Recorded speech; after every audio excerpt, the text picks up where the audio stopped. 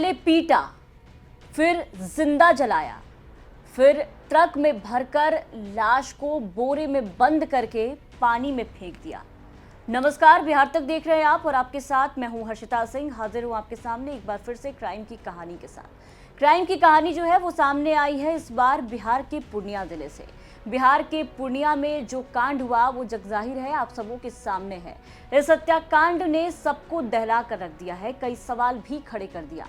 सवाल इंसानियत पर, सवाल समाज पर कि आखिर किस समाज में रह रहे हैं हम, किस इंसानों के बीच में रह रहे हैं हम, जहां अंधविश्वास इतना हावी है कि लोग देखिए कि एक दूसरे की जान लेने पर उतारू हैं।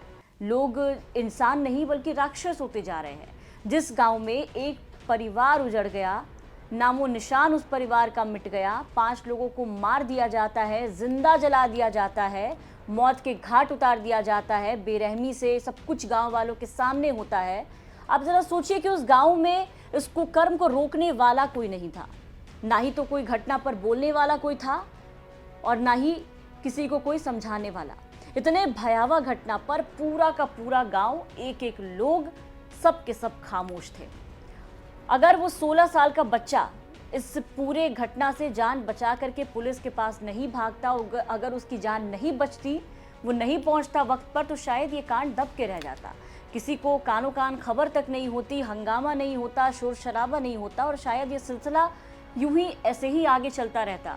जहां अंधविश्वास, तांत्रिक, डायन प्रथा, झाड़ फूक, ये सारी चीज़ें जो दिमाग में लोगों के बैठ गई है, खास करके इस राज्य में झाड़ फूक के नाम पर जाने जो है वो जाती रहती, लोग ऐसे ही मरते रहते हैं।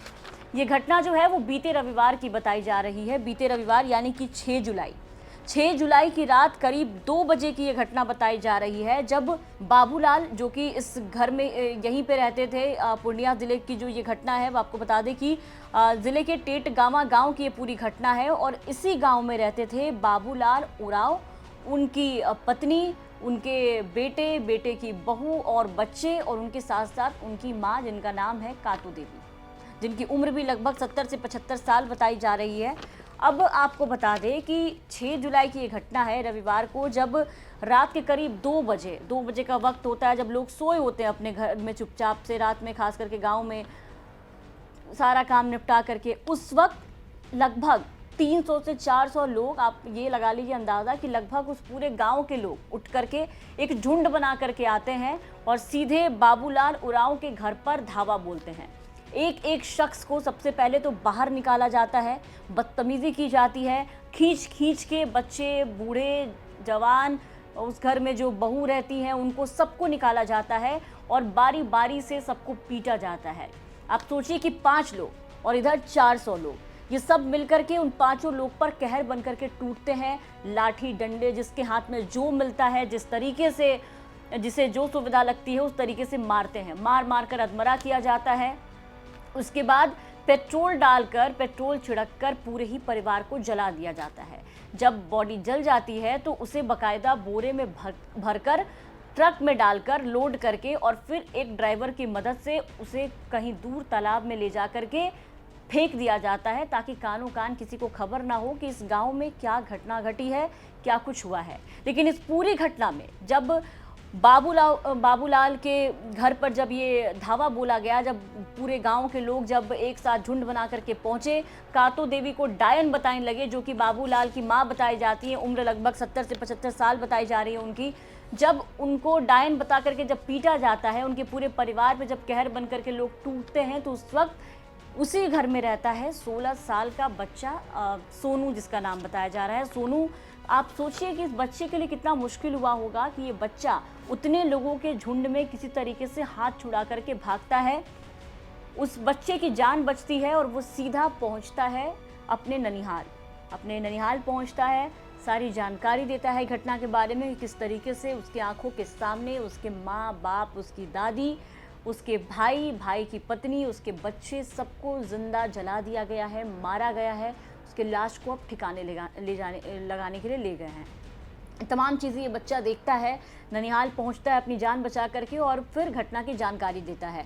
फिर नानी घर वाले जो है वो सोनू के, वो किसी तरीके से पुलिस के पास उसे लेकर के जाते हैं। पुलिस को सोनू पूरी घटना बताता है, जिसके बाद पुलिस को इस घटना की जानकारी मिलती है। और आपको बता दें कि लगभग 10 घंटे का वक्त बताया जा रहा है कि 10 से 12 घंटे के बाद पुलिस उस जगह पर पहुंचती है और फिर पुलिस एक एक मामले की तफ्तीश करती है। तो सबसे पहले पुलिस इस तफ्तीश में पहुंचती है नुकुल के घर।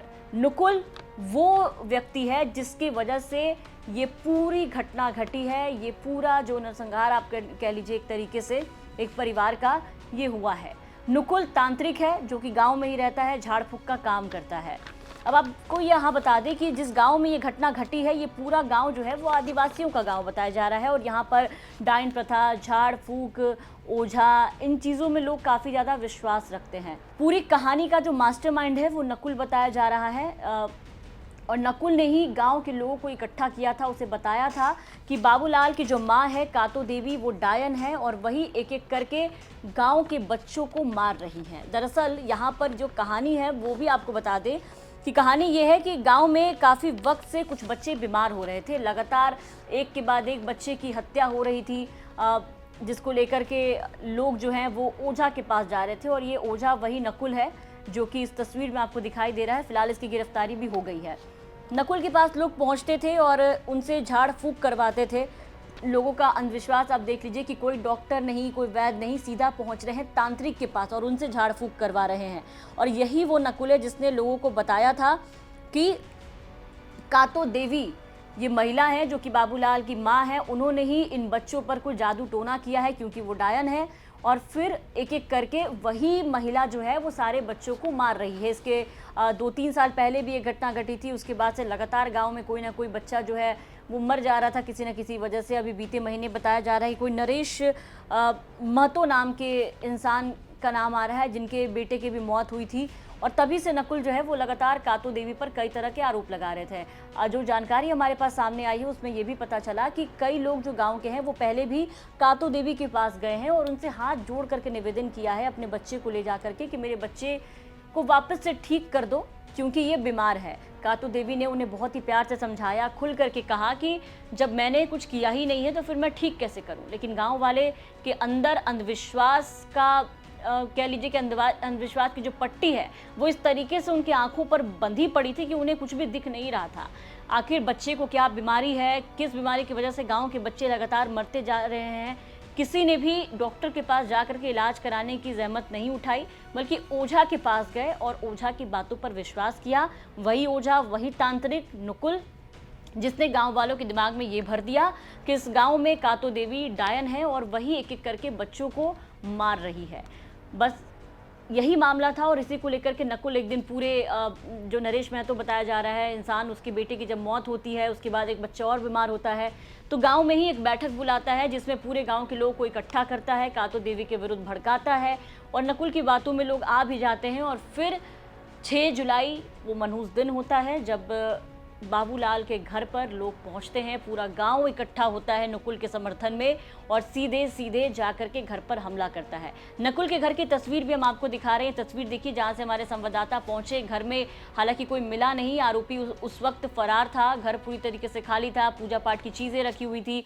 गाँव की महिला ने क्या कुछ बताया नकुल को लेकर के वो आप सुनिए। कुछ झाड़ फूक करल जाने रहे। कितना दिनों से कर रहे झाड़ फूक? नो ज्यादा ढेर दिन से नहीं। अच्छा, थोड़े दिन से। वो आरो कौन काम करे झाड़ फूक अलावा आरो कौन काम करे छे? आरो कौन काम करते हो? भट्ठा में जैसले ईटा भट्ठा में जैसले कोई मिट्टी बेचे वास्ते? हाँ मिट्टी बेचे। आरो आरो कोनो काम करे छे? आरो कोनो काम नहीं। पुलिस केकरा पकड़ के लाग गेल छै? केकर घर छै? घर तो करे छिके। की नाम छै? नकुल। तो सुना आपने गांव की जो महिला है जो कि नकुल की दादी लगती हैं दूर के रिश्ते में, वो ये बता रही हैं कि ये तांत्रिक है, झाड़ फूक का काम करता है और क्या कुछ करता है उन्होंने सब कुछ बताया। इन सब के अलावा आपको बता दें कि नकुल को पुलिस ने गिरफ्तार कर लिया है। नकुल के अलावा वो ड्राइवर भी अरेस्ट हो गया है जिसने इस पूरे शव को ठिकाने लगाने में लोगों की मदद की। तो कुल मिलाकर के इस पूरे मामले में फिलहाल जो हमारे पास जानकारी आई है, आपको बता दें कि लगभग कुछ लोगों की गिरफ्तारी हो गई है इस मामले में। पुलिस जो है वो जांच में तेजी ला रही है और लगभग इस गांव के जितने लोग थे वो पूरे लोग यहां पर नामजद हैं जिनकी तलाश पुलिस कर रही है। इस घटना के बाद जब पुलिस गश्ती टीम यहां पर पहुंची घटना के बाद लोग जो है वो तनावपूर्ण माहौल में जी रहे हैं, डर के साए में जी रहे हैं। पुलिस टीम वहां पर पहुंची है, लेकिन उसके बाद भी आप देखिए कि लोगों के अंदर इस घटना के बाद एक डर कहीं ना कहीं बैठा हुआ नजर आ रहा है।